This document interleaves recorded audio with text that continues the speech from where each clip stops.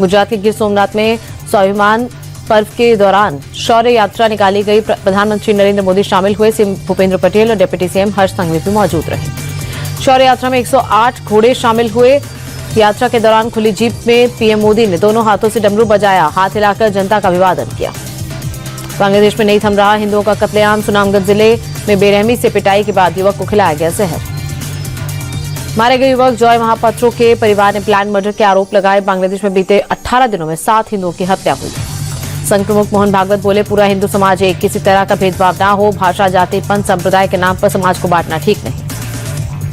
संघ प्रमुख बोले, हिंदू समाज कभी दूसरों के शौर्य और वीरता से नहीं हारा। हमेशा फूट के कारण हिंदू समाज की हार हुई। सनातन एकता से आसुरी शक्तियों की हार हुई। सीएम योगी का बड़ा बयान। प्रयागराज में बोले, जाति के नाम पर बांटने वालों से सावधान रहने की जरूरत। धर्म के आधार पर बटे तो बांग्लादेश जैसा हाल होगा।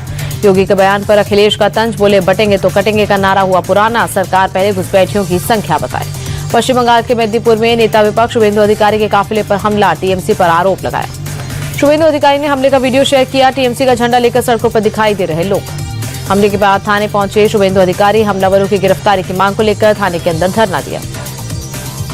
शुभेंदु अधिकारी ने कहा, ये लोग हारने वाले हैं, वे बीजेपी को खत्म करना चाहते हैं। टीएमसी नेता कुणाल घोष का बयान। बोले, शुभेंदु अधिकारी लगातार ममता बनर्जी के खिलाफ अपमानजनक बयान देते हैं। कुणाल घोष ने निशाना साधते हुए कहा, अगर कोई शुभेंदु अधिकारी पर आरोप लगाता है और मुख्यमंत्री उस पर टिप्पणी करती हैं तो वो मानहानि का नोटिस भेज देते हैं। केंद्रीय मंत्री सुकांत मजूमदार का ममता पर निशाना। कहा, काले कारनामों को छिपाने के लिए ईडी की जांच का विरोध कर रही है ममता।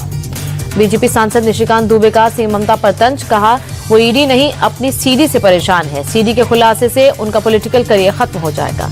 ममता बनर्जी के समर्थन में उतरे अखिलेश यादव। कहा, जहां चुनाव होते हैं वहां ईडी सीबीआई सक्रिय हो जाती है। बीजेपी के लोग डेटा की डकैती में लगे। कोलकाता में चुनाव आयोग के दफ्तर पहुंचा टीएमसी का डेलीगेशन। एसआईआर में गड़बड़ी को लेकर ज्ञापन पत्र सौंपा।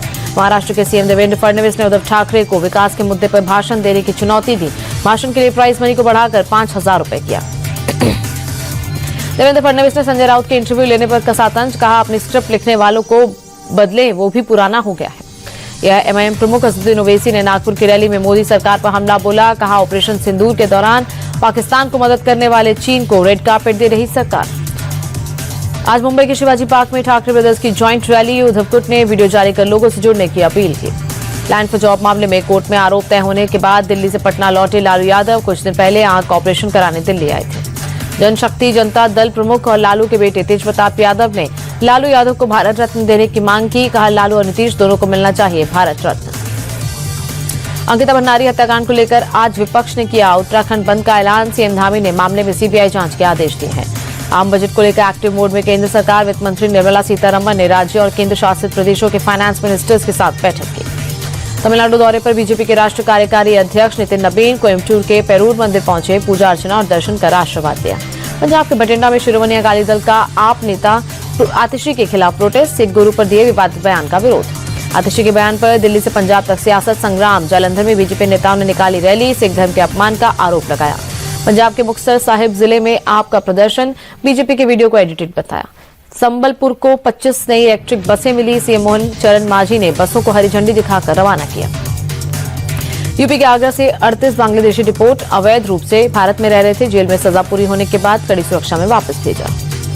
अयोध्या के राम मंदिर में माहौल बिगाड़ने की साजिश नाकाम। मंदिर परिसर में नमाज पढ़ने की कोशिश कर रहे शख्स को पुलिस ने हिरासत में लिया। दक्षिणी परकोटे पर हुई नमाज पढ़ने की कोशिश। रोके जाने पर आरोपी ने सांप्रदायिक नारेबाजी की। कश्मीर के अहमद शेख के रूप में आरोपी की पहचान। राम मंदिर में संदिग्ध धार्मिक गतिविधि के बाद अयोध्या पुलिस अलर्ट। पूरे शहर में लोगों की तलाशी। हर आने जाने वालों पर रखी जा रही नजर। इटावा में नाबालिग से रेप का आरोपी मुठभेड़ में गिरफ्तार। एनकाउंटर के दौरान बदमाश के पैर में गोली लगी। जैसलमेर में अतिक्रमण के खिलाफ एक्शन। अवैध निर्माण पर नगर निगम का बुलडोजर चला। बिहार के बख्तियारपुर में दर्दनाक सड़क हादसा। कोहरे के चलते खड़े कंटेनर से टकराई स्कॉर्पियो। हादसे में 4 की मौत, कई घायल। बीकानेर में अंतर्राष्ट्रीय ऊंट उत्सव का आयोजन। रेगिस्तान के जहाज ऊंट के हैरत अंगेज करतब और नृत्य देख देसी विदेशी सैलानियों ने उठाया आनंद। उज्जैन के महाकालेश्वर मंदिर पहुंची एक्ट्रेस शिल्पा शेट्टी। भस्म आरती में शामिल होकर लिया बाबा महाकाल का आशीर्वाद। तेलंगाना के वारंगल में किडनैपिंग रैकेट का पर्दाफाश। पुलिस ने गिरोह के 2 लोगों को पकड़ा। अपहरण किए 5 बच्चों को भी सुरक्षित बचाया गया। दिल्ली में घने कोहरे के साथ शीतलहर का सितम जारी। कर्तव्य पथ पर छाया घना कोहरा। विजिबिलिटी कम। सराय काले खां इलाके में छाया कोहरा। धुंध छाने से विजिबिलिटी कम हुई। यूपी के आगरा में शीतलहर का प्रकोप, कोहरा छाने से धुंधला नजर आया ताजमहल।